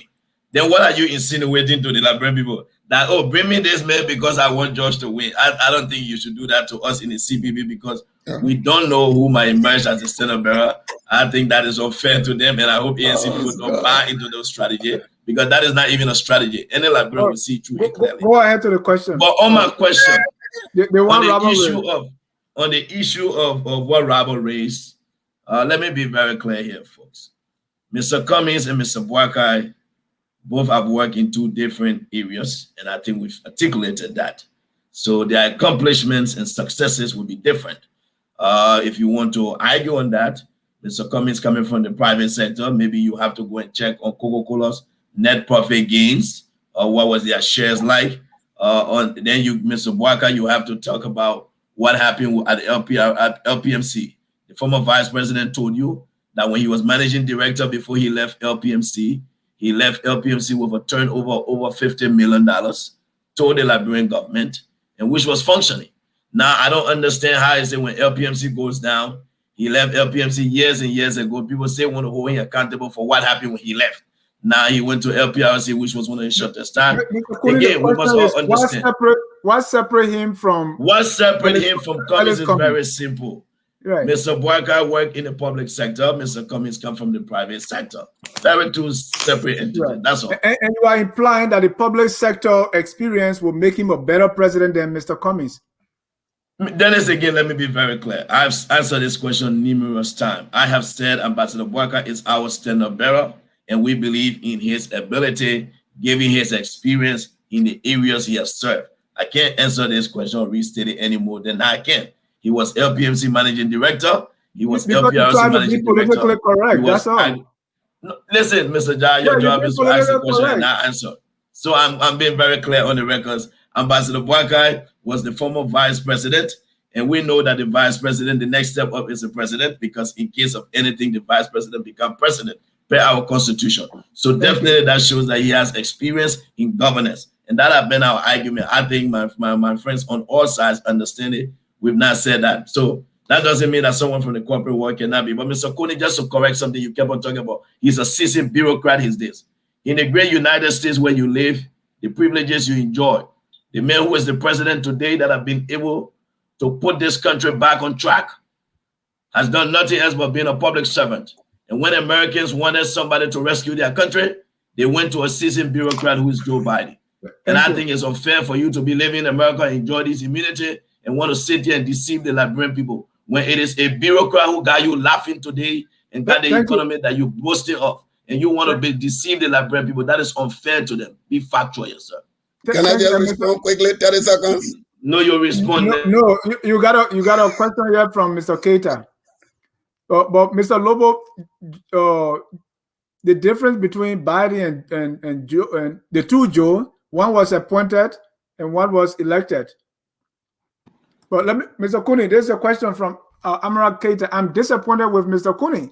Until now, I held Mr. Cooney with high esteem for standing up for critical issues affecting Liberia, but to judge Weah's corrupt government that is inflicting so much hardship on Liberia is mind-boggling, period. That's from Keita. Well, I respect the brother's opinion. You know, as we debate the issues of Liberia, there will always be divergence of views. So I'm not going to dwell my time on that. But the difference between Joe Biden and Joseph Yima Boakai is that Joe Biden has a record. Joe Biden has a record. Joe Biden has legislative accomplishment. Joe Biden he doesn't only have a CV. He has a record. That's the difference, my brother. Joe Biden, he has that record. So don't even bring that comparison. And on the issue of me trying to play a spoiler between CPP and I'm not playing no spoiler. I'm giving you my honest analysis. And I still feel George Weah will win the election in the first round, except that Cummings will be a better candidate. That's what I'm saying. That's my point I'm making. Cummings will be a better candidate than Human Boakai. But still, George Weah will win the election in the first round too. Thank you. Mariah, I have something here from Musu. Philip Nambe, go and ask Mr. Cummings why he's using his money donated to his foundation for political activities. Ask Mr. Cummings to share with the public all the donation he received from donors. So let me paraphrase that. And there have been questions about about the Cummings Foundation, public financial disclosures and public statements being published on his website for financial reporting, and also donating money to his foundation and also using his foundation for political activities. Speak to that. Oh, you're muted. Sorry, Mara. What are the political activities that the foundation is doing? There's the ANC that does political work, and there's the foundation that does humanitarian work. The foundation was in existence long before Mr. Cummings even got into politics, since 2014. And for anybody to think that the foundation is doing political work, it's unfortunate, because the foundation cannot afford to do political work. The foundation is a 501c. The foundation has to pay taxes. The foundation has to report that donors' contribution is public information. So there's nothing the foundation is doing that's political, unless you're saying that in times of national crisis, the foundation should not assist Liberians as they always have, because then you as the individual will see it as being political. And in terms of the funding that was given to the foundation by the Cummings family, that's what families foundations does. The Gates Foundation family, the Gates family gave money to the foundation to do work globally. So does every other family foundation. The Clinton family gives money to the foundation. So people need to understand how families foundations work to understand why the Cummings Foundation would then donate money to the Cummings family would donate money to that donation to do work for COVID-19. And I've heard the noise about why they didn't give it to the government. Which government? The ones that can afford for the $16 billion, or the one that can afford for the 25 million mop-up? Why would anybody give this government a penny? Even our international partners right now, they're just giving us money to keep us afloat. So why would anybody give them? Why would anybody expect the Cummings family to give cash to this government? That's just unfortunate. So no, the foundation is not into political activities. The foundation cannot afford to be into political activities. It violates the foundation's forming the reason for forming the foundation. Mr. Cummings wants to be into political activities. He has the party, there's the CPP, there are lots of other organizations that he can use, definitely not the foundation. So let's just clarify that. But I wanted to respond, please, Dennis, to Mr. Coney. But my colleague Josh Lobo said it properly. Apparently, Robert wasn't listening, because if Robert was listening, he would have heard the distinctions that we give. Ambassador Boakai is from the public sector, Mr. Cummings is from the private sector, and we've said it over and over. I don't expect Lobo to come on. Mariah, to be honest, that distinction doesn't mean anything. No, I understand that, but let me get that. I expect Lobo to come on the show and endorse Boakai, and I sure nobody expects him to come on the show and endorse Mr. Cummings, and nobody expects him to come on the show and endorse Ambassador Boakai at this point. But what I can say, though, that when the CPP gets a ticket, and the CPP will get a ticket, that will be a united CPP ticket, and all of CPP for political parties. So yes, we are colleagues, we are allies, we are in a collaboration. We're not going to fight each other publicly when we get into our chat rooms. But right now, we are here to talk about separate candidates, and we're not going to go after each other. But at the end of the day, we also need to understand that the distinction these two people bring gives the Liberian people an opportunity to choose what they want. Right now, our economy is at the ground level. Done. Thank you. But please, give me 30 seconds. This government has trashed it. You can use that 30 seconds in the comment. But to Pape Kunido, thank you for your support to Mr. Cummings. I don't expect citizens to support Unity Party. They've been opposed to Unity Party for 12 years and more. So, of course, they will support Mr. Cummings, and we accept it. ANC is open to everybody. It's a party where everybody is anybody. So citizens can support us. We agree, we accept it. Come on board, join us, help us get the CPP nomination, support us in 2023 against Weah. We know you're disenchanted. Thank you, but if you can, all right, let me read a few comments here. This one from Roslyn Cooper. Judge Lobo, you are misquoting Lafayette Good. Chairman Good said VP Boakai has earned his stripes and he should retire. Please add the retirement part. Good. Yasendi Martin Bay, how about in the case of Liberia, where about 174 years we are still begging? Most leaders in public service in the United States are mostly accomplished people from the private sector. So Lobo, I think what you are doing is sometimes you are trying to say, hey, this man is from the private sector. So maybe that's what Yasendi is referring to. I don't know. Stephen Johnson, Weah has not read a single book in the last 50 years. Come on, this man has a master's degree. How will he get a master without reading? Patrick Famulet, Madam Moderator, what you are emphasizing on in regards to coming presidency was the same ideology people used to elect Judge Weah as a new man with the new ideas. But look at where we are today with the new man in politics. Let me appreciate the foundation for the donation. Mr. Kuni, Mema Meza said you are afraid of JMB. That's why you are supporting Cummings.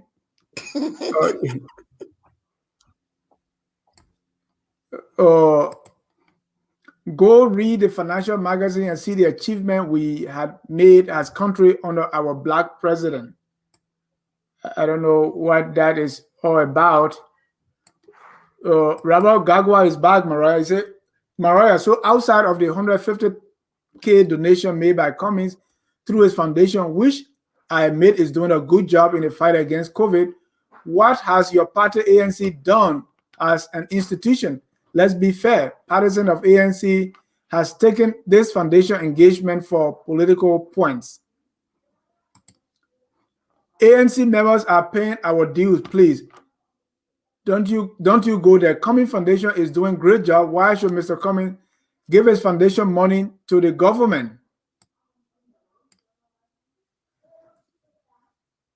All right. Few more comments here I want to read before Peter Koch, CPP must come out with this. If it is Cummings, they all must support him. If it is Boakai, they all must support him. This is the only way the CPP will win election. Uncle Pete, man from all the counties. Mr. Kuni. Yeah? You been running inside. Say whatever you want to say. The thing, the thing I want to say is the extent again. The extent the elite and the intelligentsia tries to sometimes misquote us, take us out of context, try to believe. Let me stop you, Mr. Who in this elite and intelligentsia bracket? Is it me? Is it Kuni? Is it Weah? Is it McGill? Is it Tue? Who formed this intelligentsia bracket? The intelligentsia that has misruled the country for the past 100 and some more years. I'm referring to that intelligentsia. And they are really mad because of this grassroots experiment that has decided to put the people at the center of their own governance. So while we admit that there are problems in Liberia, what we see the intelligentsia doing is magnifying that problem. If the problem is 10, they times it by 100.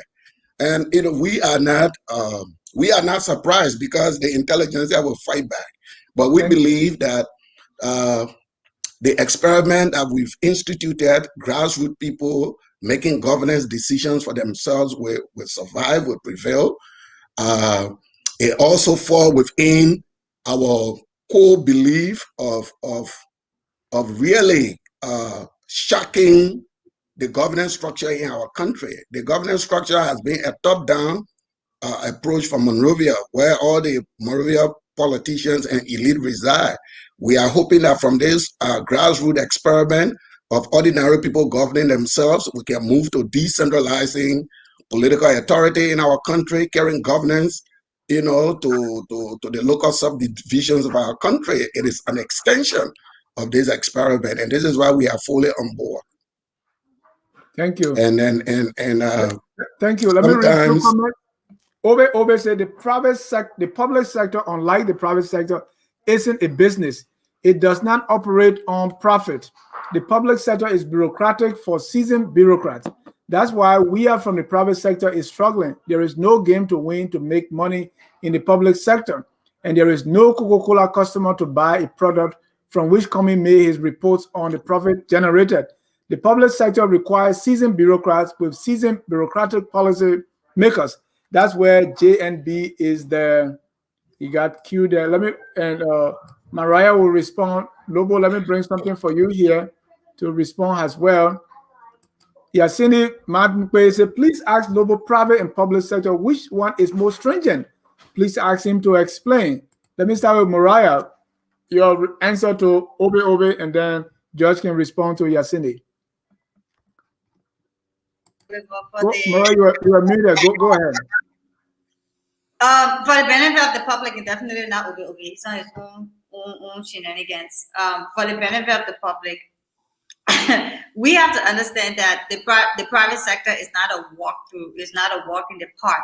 The private sector is based on productivity. Just as in the public sector, you have to deliver for the citizens. It's the same way in the private sector, the company has to deliver for the customers, or you will lose your customers. So there is absolutely no way anybody can sit and say that coming from the private sector does not relate into how you deliver services to your people. If this is someone from the private sector who understands what it means to bring people on board, run complex organizations, put people together to have strategies, marketing plans, present those ideas to the people, put out products, and ensure that customers are satisfied.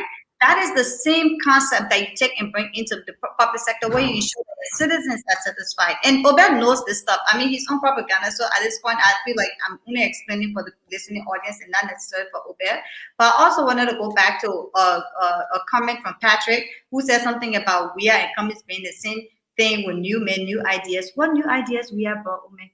At the end of the day, there's no comparison between Weah and Cummings. Weah, in any of his career as football or as senator at any point, even as footballer, he was the best football player this country, the world, and Africa has ever seen. But Weah was never captain of any team he played for out of this country. Do you know why?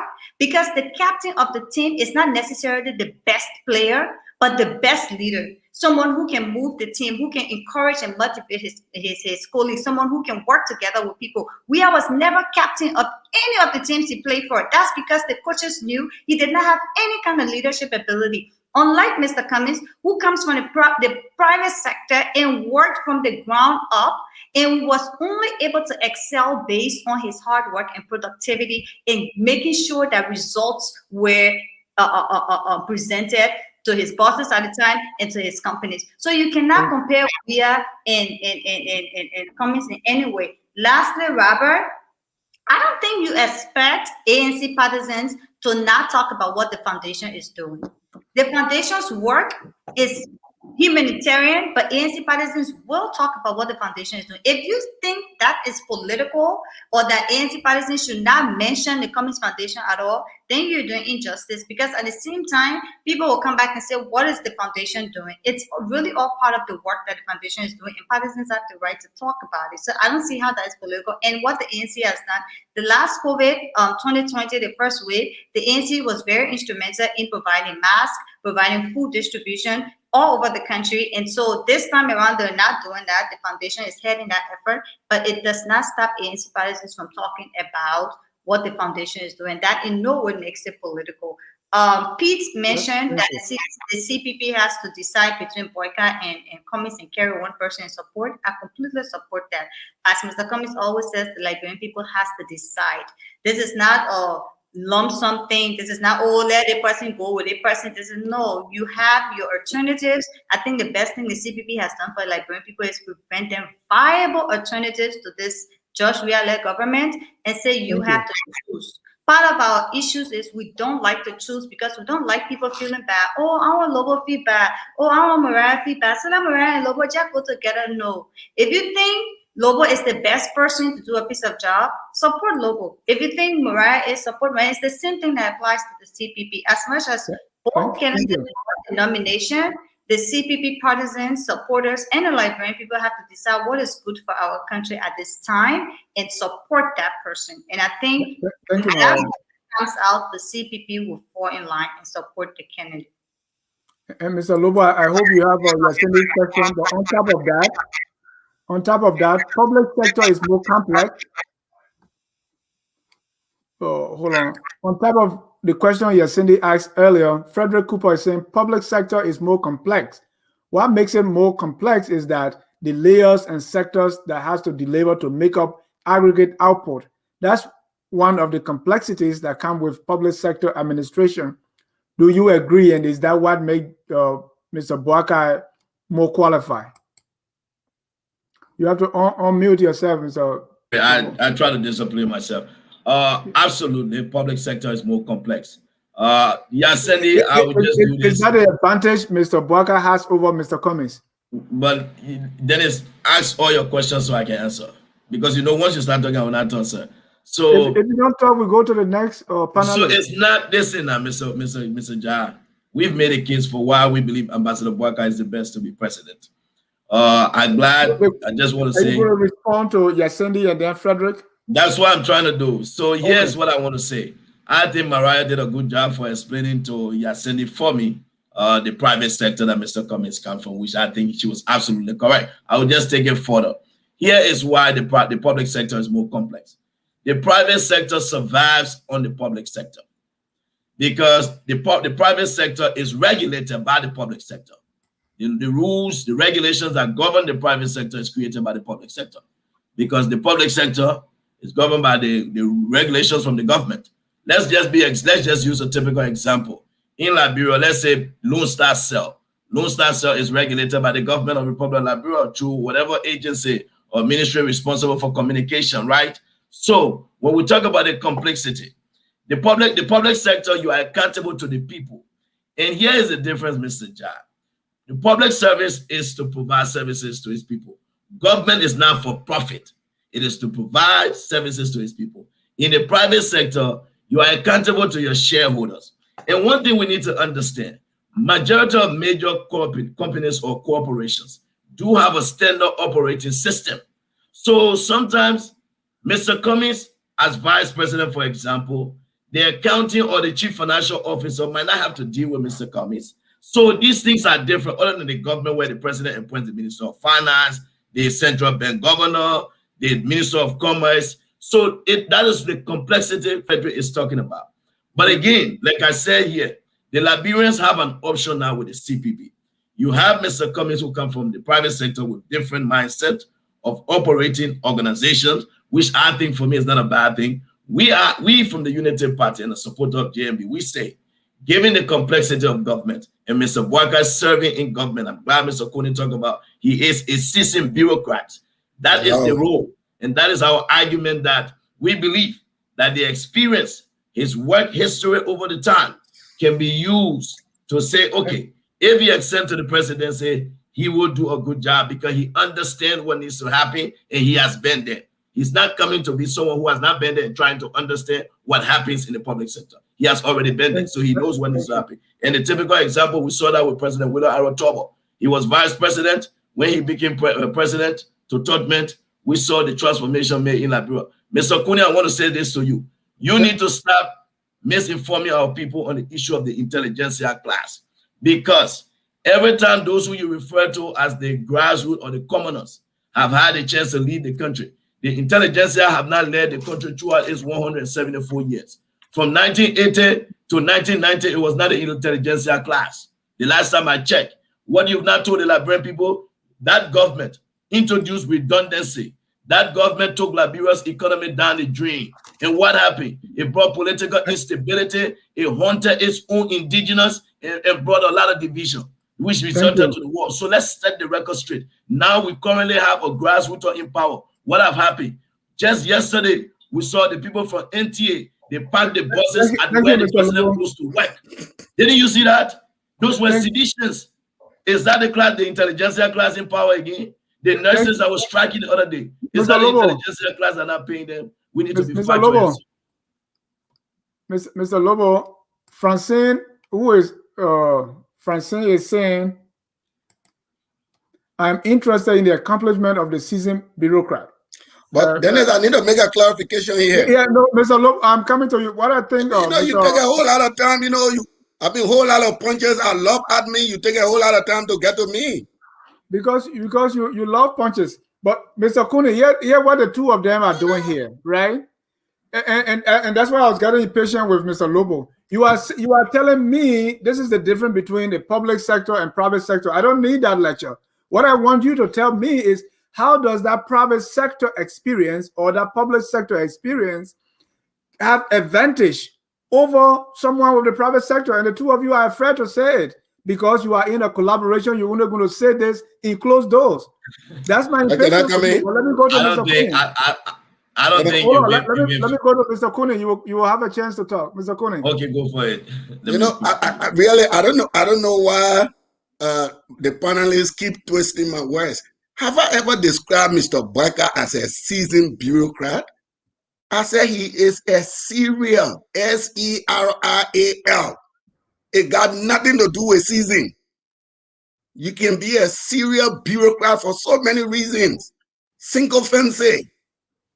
Not even speaking to the issues that affect the country. Playing deaf ears. All that thing can make you a serial bureaucrat. People transition from government to government because they don't even speak truth to power. It's not competence that carry them there. So please don't misquote me. I never ever described Boakai as a seasoned bureaucrat. He has never been one. But more so, let me go to this point.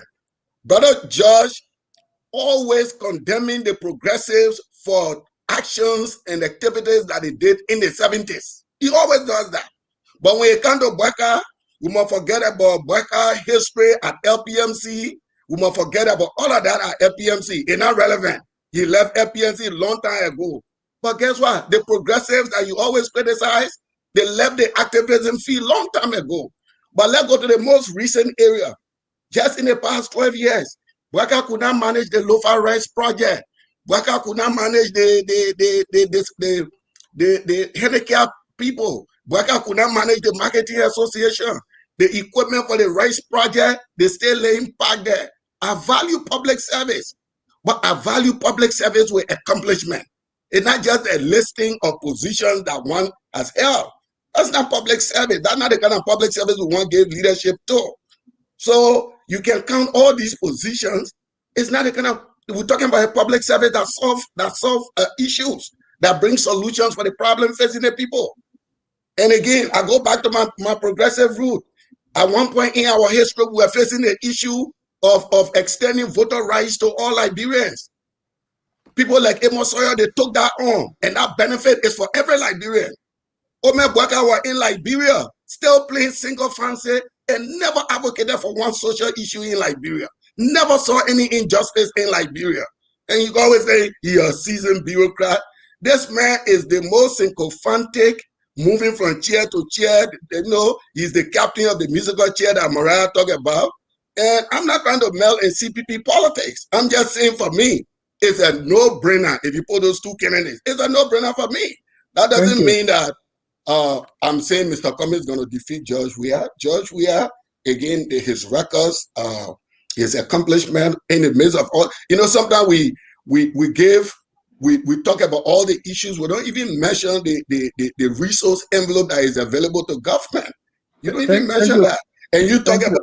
Dennis, can I now respond to this? You talk about thank you, Mr. Hold on, you talk about sewage problem coming after the war. Dennis, Central High that is right there on Camp Johnson Road. Even before the war, there was sewage popping up on our campus.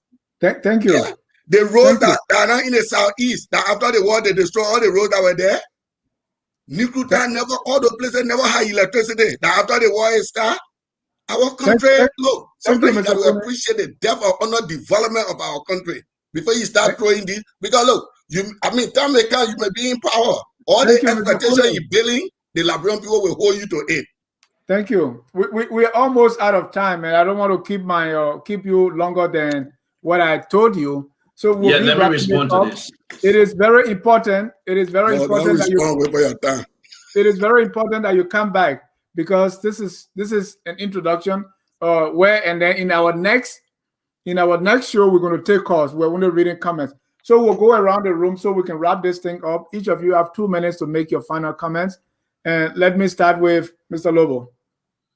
So Mr. Jah, before I make my final comment, let me say very clear, Mr. Cooney, again, quite unfortunate.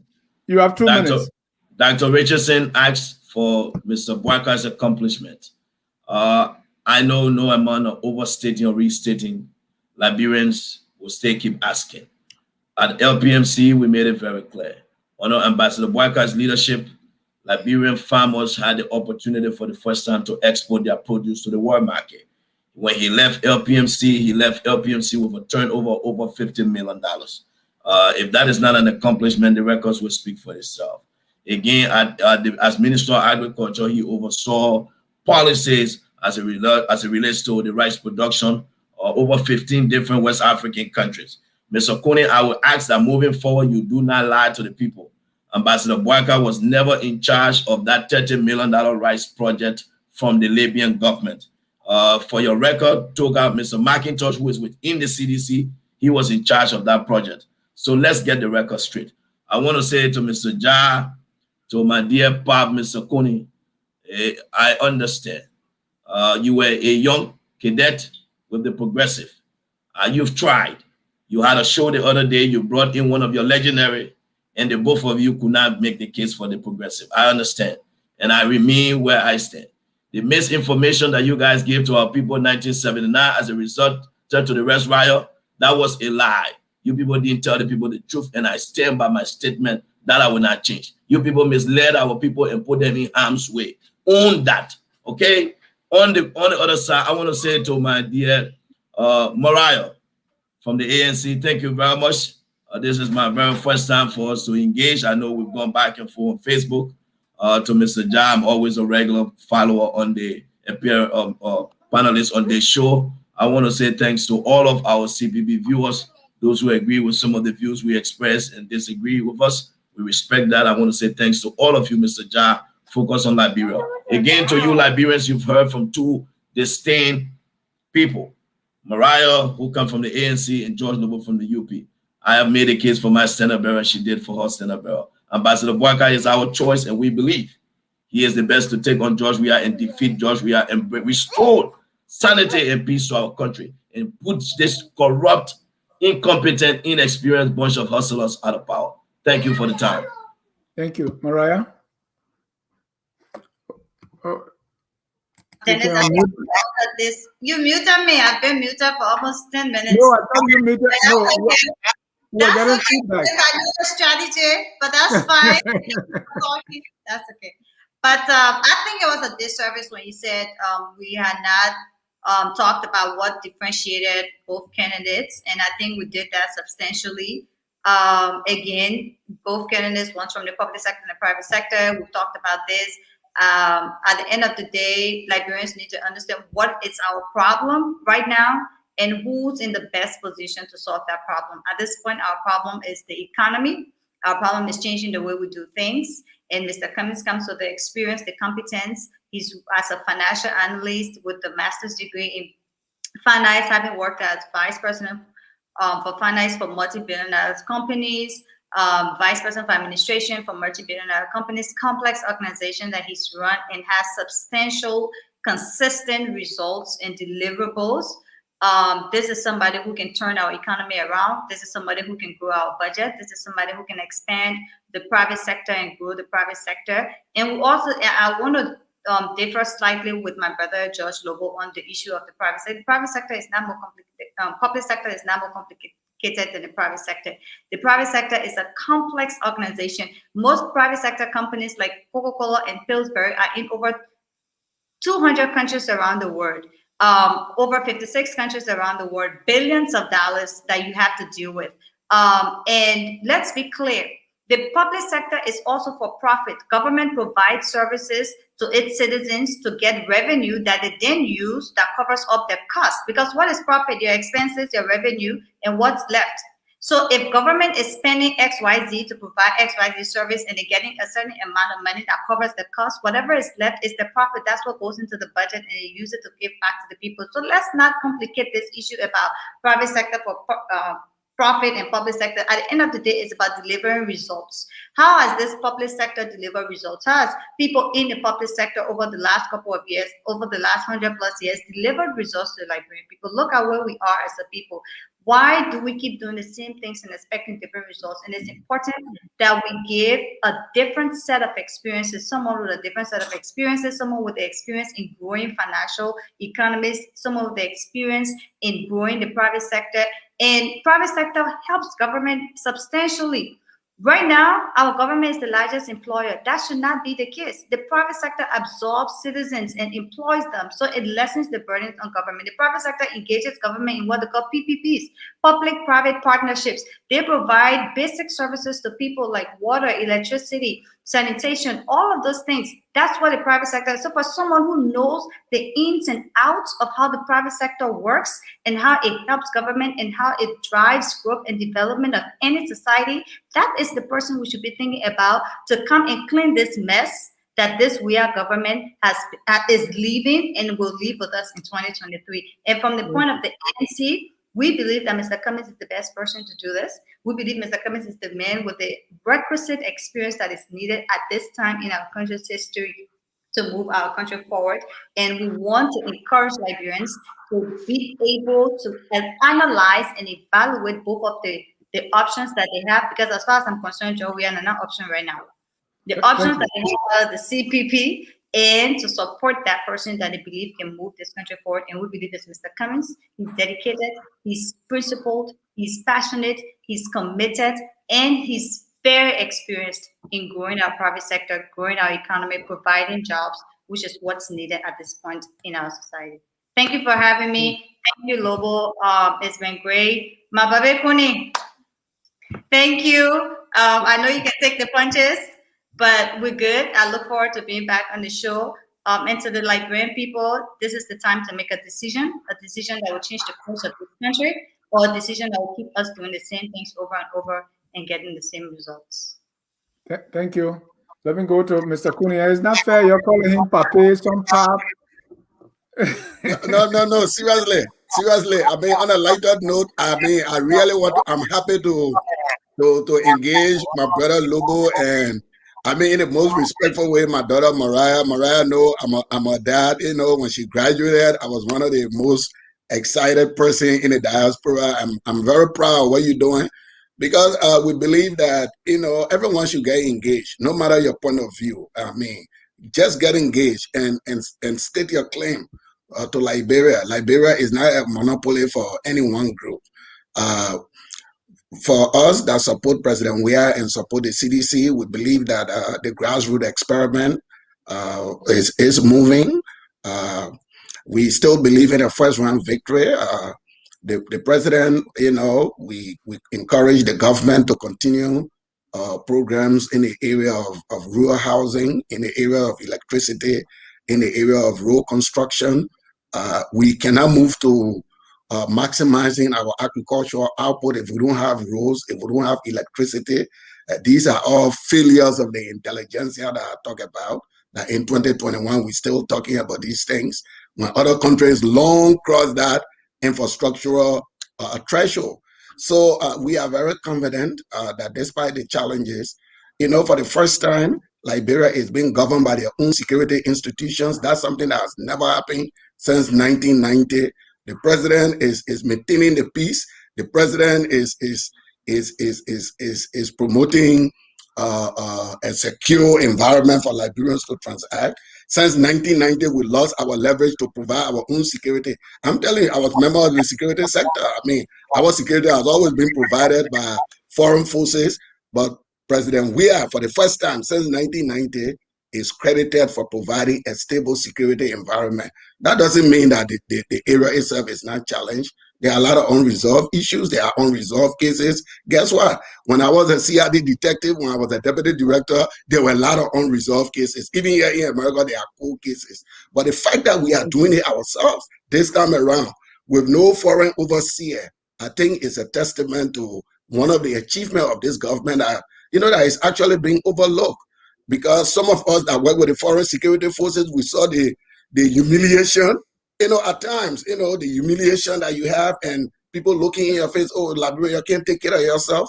But, I'm proud that the armed forces of Liberia, the Liberian National Police, the National Security Agency, even despite their faults, at least they are providing security for the first time, all on their own, under this George Weah-led government. I'm encouraging the president to continue to promote reconciliation within the party because really, I believe that the only person that can defeat CDC is CDC itself, not the opposition. They ain't got nothing to defeat CDC. It is CDC that can defeat itself. Thank you. I thought you said that in Philadelphia when you met the CDC people. Oh, God. All right, I want to thank all of you for coming. I want to thank our viewers for hanging in here with us and being part of the show. Tomorrow, 6 o'clock, we're going to have our literary hour. And Mariah, that's why I was muting you, because there's a feedback when you are left unmuted. Okay. So tomorrow we're going to have the literary hour, and we're going to be talking about the triumph of the Republic. We talk about all the bad things that happened forming the Republic. This time we're going to talk about the good things that happened to the Republic. Also, this Sunday we're going to have our virtual July 26th celebration right here on Focus on Liberia. Keep your dial set on Focus on Liberia, where we educate, we elevate, and promote all things Liberia. Until then, we want to say thank you so much for watching. And we always love to close with the song that says, "We are all Liberians," because whether you believe it is the private sector or the public sector, my younger JNB or Cummings or we are all Liberians, and we must do everything to make our country the glorious land of liberty. On behalf of all of us here at Focus on Liberia, my name is Dennis Johnson. So long. We are Liberia. Liberia is our home.